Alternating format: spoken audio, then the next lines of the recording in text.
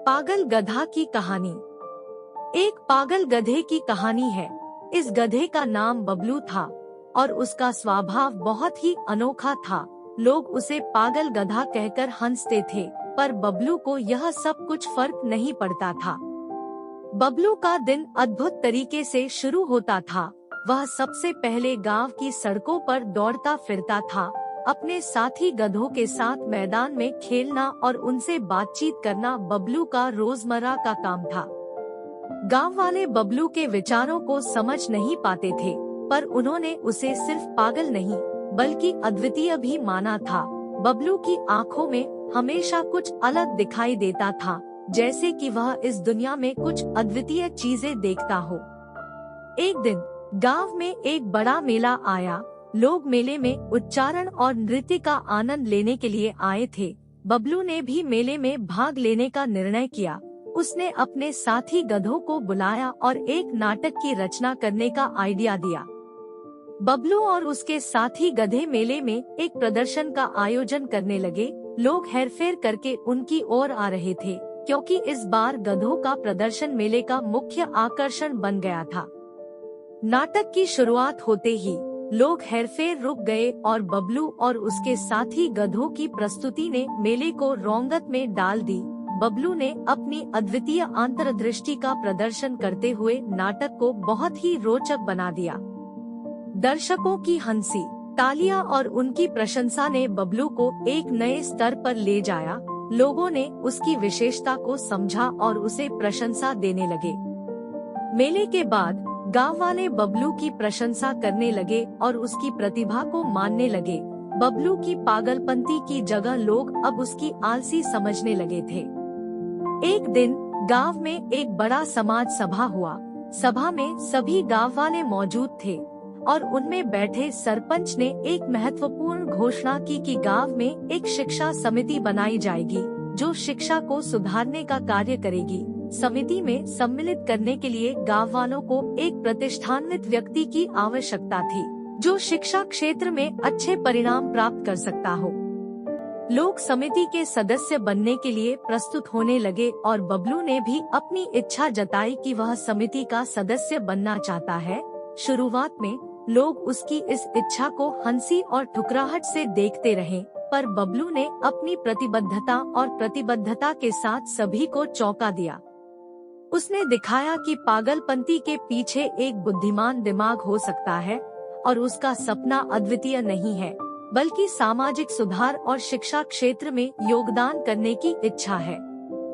बबलू का समर्थन पाकर समिति ने उसे अपना सदस्य बनाया। इसके बाद से बबलू ने गांव में शिक्षा के क्षेत्र में अनेक परियोजनाएं चलाई, जो बच्चों को शिक्षित बनाने का उद्देश्य रखती थी। बबलू का यह परिवर्तन गांव वालों के लिए एक समर्थन बना। लोगों ने उसकी सोच को पसंद किया और उसे एक उदाहरण माना। बबलू की मेहनत और समर्पण ने गांव में शिक्षा के क्षेत्र में एक नया सफलता स्तर स्थापित किया। इस कहानी से हमें यह सीखने को मिलता है कि कभी-कभी हमें अपने सपनों और लक्ष्यों के लिए आगे बढ़ने के लिए सामाजिक स्वीकृति से परे जाना पड़ता है। पागलपंती के पीछे छिपा हुआ जो बुद्धिमान दिमाग हो सकता है, उसे मान्यता देना हमारे समाज को बेहतर बना सकता है। गांव में शिक्षा सुधारने का कार्य बड़े उत्साह से चल रहा था और बबलू ने एक नई शिक्षा योजना शुरू की जो विशेष रूप से गरीब बच्चों के लिए थी। उसने गांव में एक स्कूल खोला जिसमें मुफ्त शिक्षा उपलब्ध की जा रही थी। बबलू ने गांव वालों से सहयोग मांगा और विभिन्न स्थानों से शिक्षा के लिए योजनाएं बनाने में सहायता प्राप्त की। वह गुरुकुल की तरह एक वातावरण बनाने का प्रयास कर रहा था, जहां छात्र न केवल पढ़ाई करें, बल्कि उनका सामाजिक और आध्यात्मिक विकास भी हो। इसके बाद बबलू ने अधिक से अधिक विद्यार्थियों को शिक्षित बनाने के लिए गांव के चारों ओर की गांवों में शिक्षा के केंद्र स्थापित किए। उसने उन्हें मोबाइल शिक्षा योजना के तहत विभिन्न विषयों में शिक्षा प्रदान करने के लिए विद्यार्थियों को ट्यूटर भी उपलब्ध कराए। बबलू की इस क्रांति ने गांव के छोटे मोटे बच्चों को शिक्षा का अधिकार दिलाने में सहारा बनाया। उसकी कड़ी मेहनत, दृढ़ संकल्प और समर्पण ने उसे गांव के हीरो बना दिया। गांव में शिक्षा के क्षेत्र में हुई इस परिवर्तन के बाद लोगों की नजरें बबलू की प्रतिभा, संघर्ष और साहस पर बढ़ी। उसकी कहानी गांव वालों के बीच एक प्रेरणा स्रोत बन गई और वह देश भर में एक उदाहरण के रूप में माना जाने लगा। गांव की शिक्षा समिति ने बबलू के साथ मिलकर एक नया चेहरा बनाया, जो शिक्षा के क्षेत्र में सुधार कर रहा था। उसने गांव को नए सपनों और आस्थाओं के साथ भर दिया और यह सिद्ध किया कि एक पागल गधा भी अपने सपनों को पूरा कर सकता है। बबलू की कहानी हमें यह सिखाती है कि किसी की क्षमता को उच्चतम स्तर तक पहुंचाने के लिए आवश्यक है कि हम उसे सहारा दें, समर्थन करें और उसे उसके सपनों की पूर्ति में मदद करें। बबलू की यह कहानी हमें यह भी दिखाती है कि कभी-कभी अद्वितीय दृष्टिकोण और सोच विचार करने का असर हमारे आसपास के लोगों और समाज पर बहुत ही प्रभावी हो सकता है। बबलू की उपलब्धियों ने उसे गांव के बाहर भी मशहूर बना दिया और उसका कार्य क्षेत्र बढ़ता गया।